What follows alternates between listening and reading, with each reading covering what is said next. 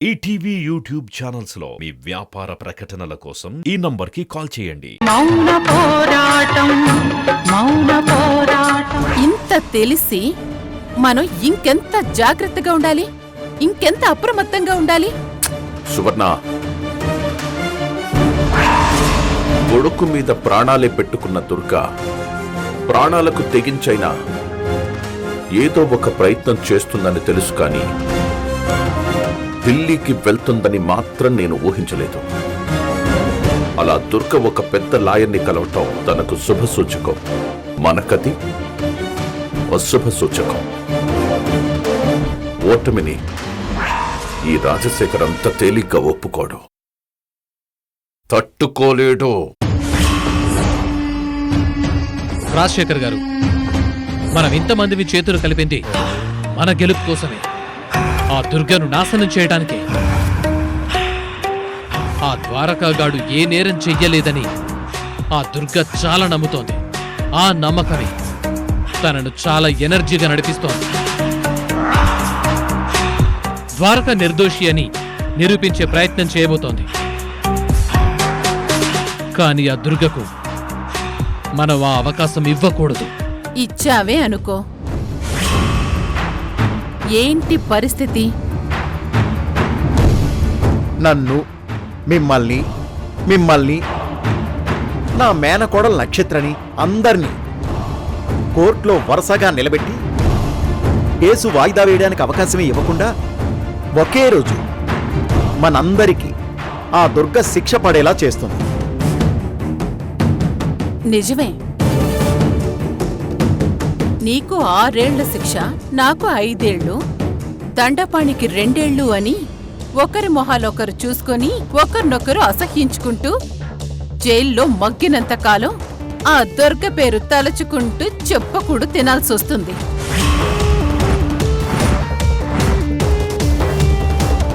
అలాంటి పరిస్థితి నేను రానివ్వను సువర్ణ. రావాలి అని నేను కూడా కోరుకోవడం లేదు రాజశేఖర్, కానీ వస్తే ఏంటి, అనుభవించాల్సొస్తే ఏంటి కథ? అందుకే జాగ్రత్త పడాలి అంటున్నాను. ఆ దుర్గని మించి మనం అలర్ట్గా ఉండాలి.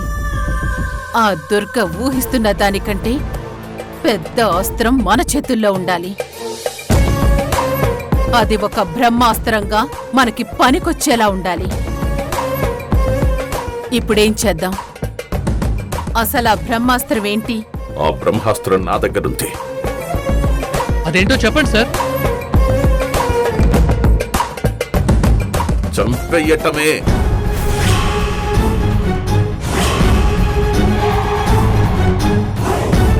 ఎవరిని చంపడం? ఆ దుర్గనా?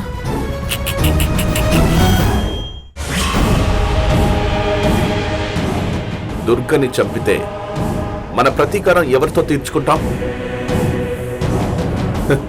చంపాల్సింది దుర్గను కాదు, నా కొడుకు ద్వారకని.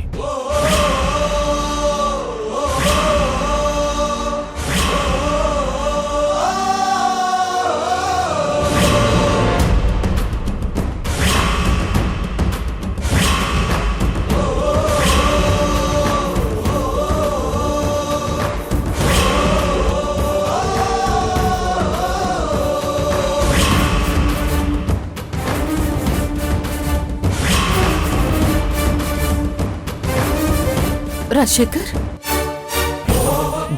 ఏమంటున్నారు సార్? ద్వారకాని చంపటమా? రాజశేఖర్, ఎంతైనా వాడు నీ కొడుకు కదా? సువర్ణ, వాడు నా కొడుకు కాదు. ఆ దుర్గ మీద నేను మోజుపడ్డ కారణంగా పుట్టినవాడు. చిచ్చి, వాడంటే నాకు ఎప్పటికీ గిట్టదు. కొడుకంటే నీకు నాకు పుట్టిన మురారే. మురారే నా కొడుకు, మురారే.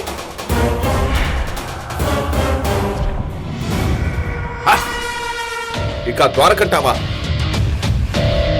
వాణ్ణి ఇప్పుడు చంపాలనుకోవడం కాదు, అప్పుడు బోనాల్లో చంపాలని ప్లాన్ చేశాను. మరోసారి వాణ్ణి యాక్సిడెంట్ చేసి చంపాలనుకున్నాను, కానీ వాడు బతికిపోయాడు. ఆ రోజు నుంచి వాడి కోసం ఎదురు చూస్తూ ఉన్నాను. ఇప్పుడు మళ్ళీ ఆ అవకాశం వచ్చింది. ఈసారి వాడు చావు నుంచి తప్పించుకోలేడు.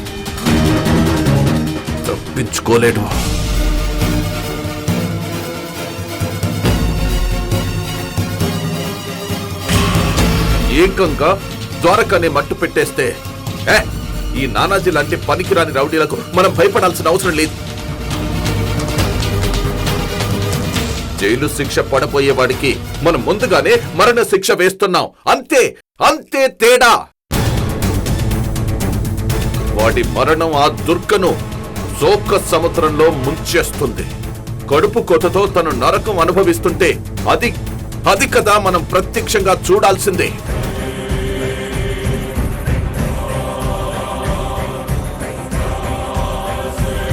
ఎస్, ముఖ్యంగా నేను చూడాల్సింది అదే. అదే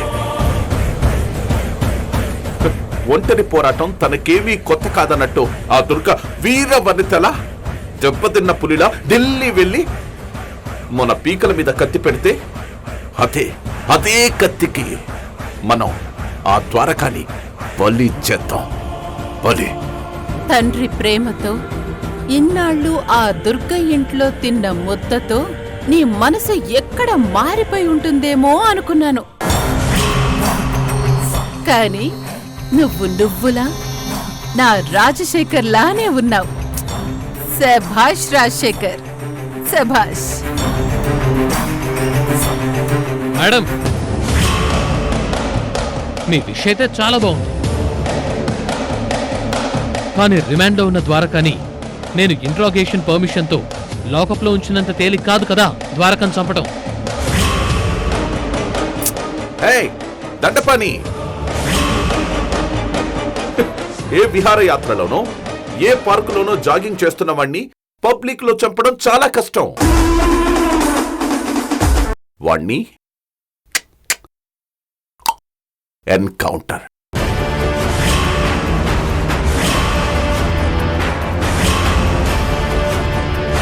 ఎస్.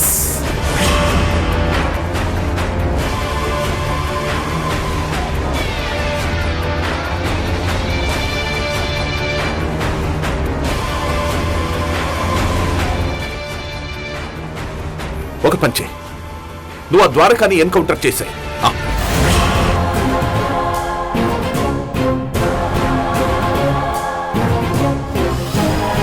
ఏదో ఒక పర్మిషన్తో స్టేషన్ నుంచి షిఫ్ట్ చేస్తున్నట్టు, మెడికల్ టెస్ట్ కనో డ్రగ్స్ తో సంబంధం ఉంది కనుక నార్కో టెస్ట్ అనో ఏదో ఒక అఫీషియల్ రీజన్ తో ఆ ద్వారకను స్టేషన్ నుంచి బయటికి తీసుకెళ్ళు. దారి మధ్యలో కావాలని వాణ్ణి రెచ్చగొట్టి నీ మీద తిరగబడేలా చెయ్యి. వాడి వల్ల నీ ప్రాణాలకి ముప్పొచ్చినట్టు ఒక సీన్ క్రియేట్ చేసి అప్పుడు వాణ్ణి షూట్ చేసి పారేయ్.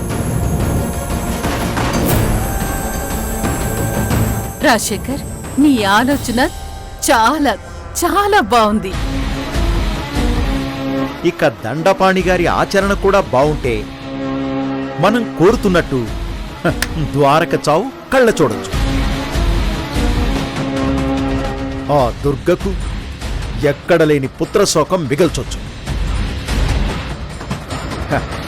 నా పగ కూడా తీరుతుంది. మా అందరి పగ వాడి ప్రాణాలతో ముడిపడి ఉంది. దండపాణి తీరిపోతుంది మేడం,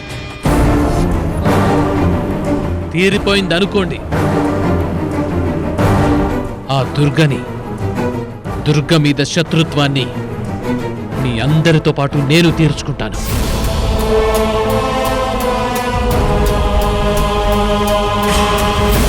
వాడి ప్రాణం చట్టపరంగా నీ చేతుల్లోనే ఉంది. రేపే చంపే. ప్లాన్ చేసుకో దండపాణి, రేపే వాడిని చంపే. నువ్వే ప్లాన్ చేసుకో. ఎస్ సార్, రేపా ద్వారకగాడి చావు కబురుతో వస్తాను.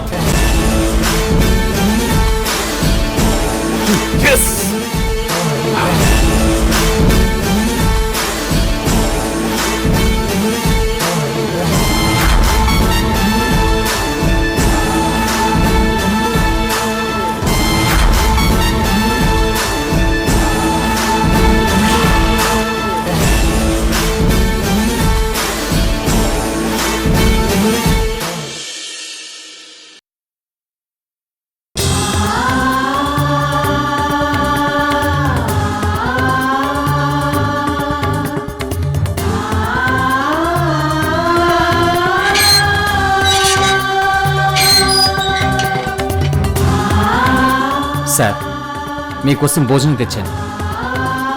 వద్దు చారి గారు. దండపాణి గారు వచ్చి మళ్ళీ గొడవ చేస్తున్న ఆలోచిస్తున్నారు సార్. తను ఇప్పుడే రాడు సార్. నువ్వు మురారి స్వీట్స్ పంచినందుకు నీ చొక్కా పట్టుకున్నాడు. వాడు నా మీద కోపంతో ఈసారి నీ మీద చేయి చేసుకున్నా చేసుకోవచ్చు. నా వల్ల అనవసరంగా నువ్వు ఇబ్బంది పడకు. వాడు కొట్టినా పర్లేదు సార్. వాడిని నేను అస్సలు పట్టించుకోను. మీరు తృప్తిగా భోంచేయాలి. తప్పులు చేయని మీరు పసులు ఉండకూడదు సార్. కాదనకుండా మీరు భోంచేయండి సార్, ప్లీజ్.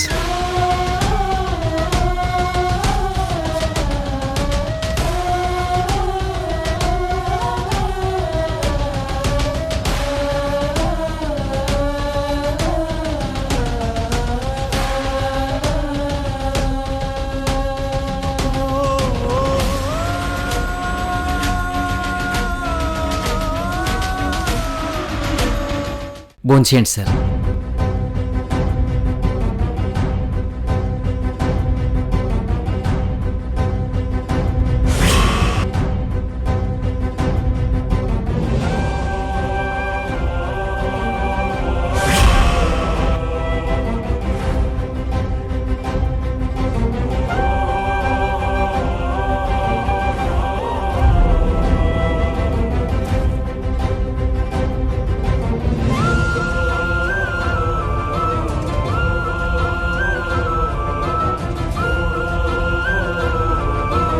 అన్నం చూస్తుంటే నాకు అమ్మ అవంతే గుర్తుకొస్తున్నారు చారి గారు.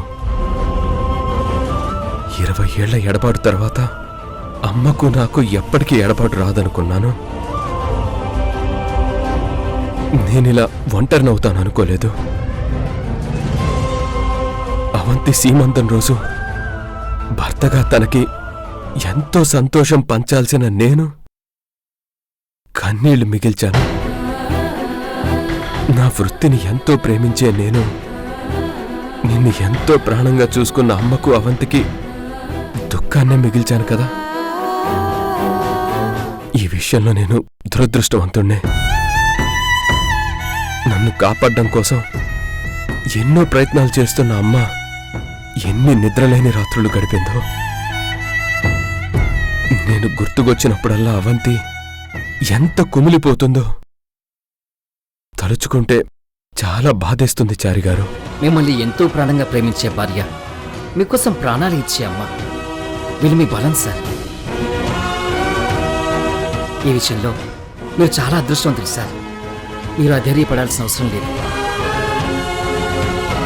ఈ ప్రపంచానికి వెలుగునిచ్చే సూర్యుడికి కూడా గ్రహణం అనే గండం ఉంటుంది సార్.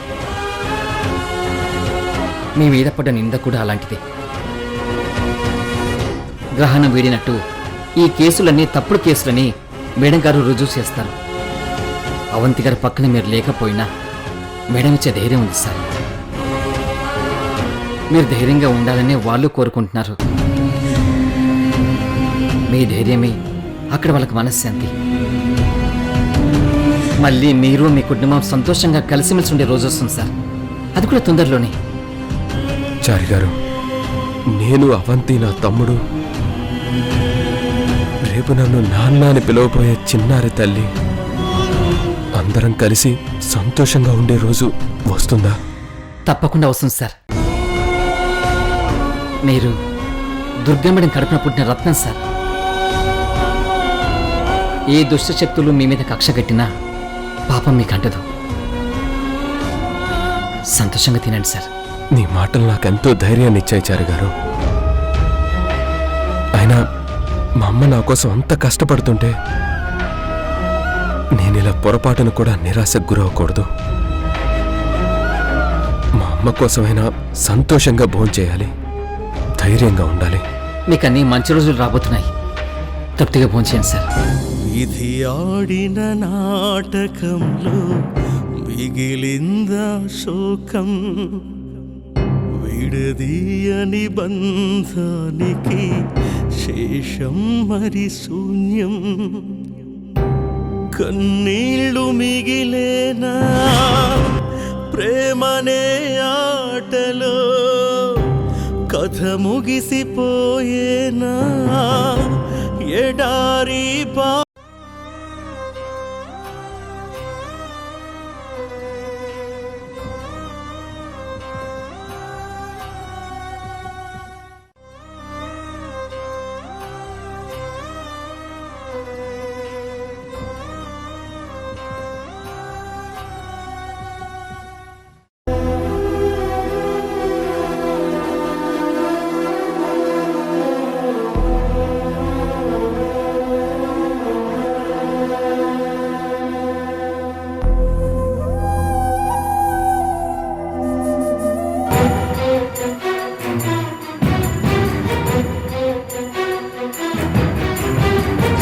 అవంతి,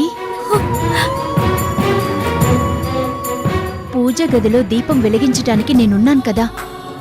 నిన్ను అత్తయ్య 7 గంటల దాకా ప్రశాంతంగా నిద్రపొమ్మని చెప్పారు కదా, మర్చిపోయావా? అయినా సరే, ఇంత పొద్దున్నే నువ్వు లేచి, అది కూడా తలస్నానం చేసి, ఇలా పూజ గదిలో కూర్చోవటమేంటి?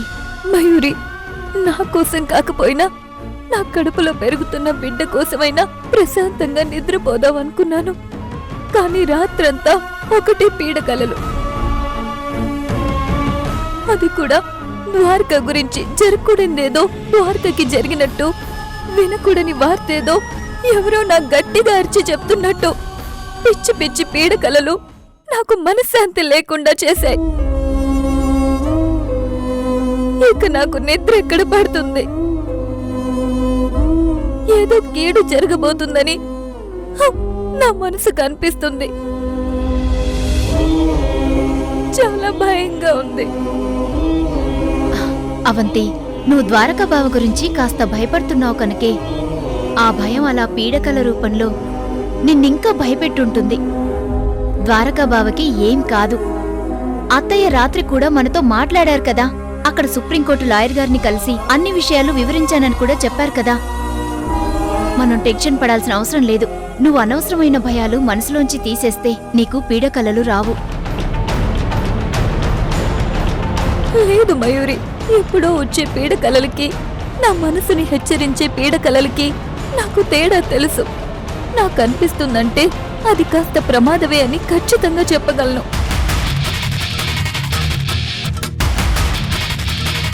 అందుకే నా బాధ భారం దేవుడి మీద వేసి ఈ దీపం వెలిగించాను. ఈ రోజు నుంచి ద్వారక క్షేమంగా ఇంటికి తిరిగొచ్చేదాకా ఈ దీపం ఇలాగే వెలుగుతూ ఉండాలి. ఆ రోజు వరకు నేనొక్క పూటే భోంచేస్తాను.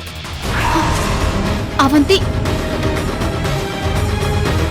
ఇంకొద్ది రోజుల్లో పూర్తిగా నీకు నెలలు నిండబోతున్నాయి. అలాంటి నువ్వు ఒక్క పూటనే భోంచేస్తే ఎలా? నీ ఆరోగ్యం ఏం కావాలవంతి? నీ కడుపులో పెరుగుతున్న బిడ్డకి శక్తి ఎలా సరిపోతుంది? నేను చెప్తే నువ్వు వినవు. నేను అత్తయ్యకి ఈ విషయం వెంటనే చెప్తాను. ఆగు మయూరి, అనవసరంగా అత్తయ్యని టెన్షన్ పెట్టుకు. దేవుడి మీద నేను వేస్తున్న భారాన్ని, నా నమ్మకాన్ని కొద్ది రోజులు నువ్వు కూడా గౌరవించాలి. ఒక్కపూట భోజనం అయితే ఏమైంది? నా కడుపులో బిడ్డకి ద్రోహం చేయని విధంగా తింటాను. దయచేసి కాదనుకు. నీ మాటలతో నా చేతులు కట్టేస్తున్నావు అవంతి. ఆ దీపం మీద నువ్వంత సెంటిమెంట్ పెట్టుకోవడం కూడా మానసిక బలహీనతే అవుతుందేమో.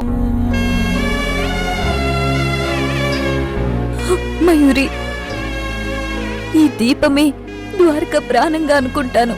ఈ దీపం వెలుగుతున్నంత వరకు తనకే ప్రమాదం జరగదని అర్థం.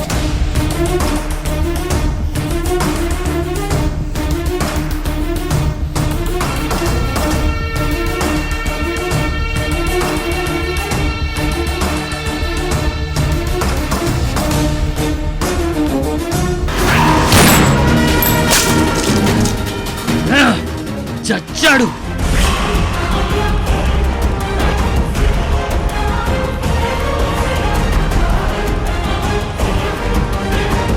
అమ్మా నక్షత్ర, ఆ దుర్గ వల్ల అర్థాంతరంగా దూరం అయిపోయిన ఆ భవానీ అక్క ఏ లోకాన ఉందో తెలియదు, కానీ ఇన్నాళ్లకు సద్గతులు కలుగుతాయని అనిపిస్తోంది. ఈటీవీ విన్ యాప్ రోజుకి కేవలం రూపాయి మాత్రమే. ఇప్పుడే ఈటీవీ విన్ యాప్ డౌన్లోడ్ చేసి సబ్స్క్రైబ్ చేయండి.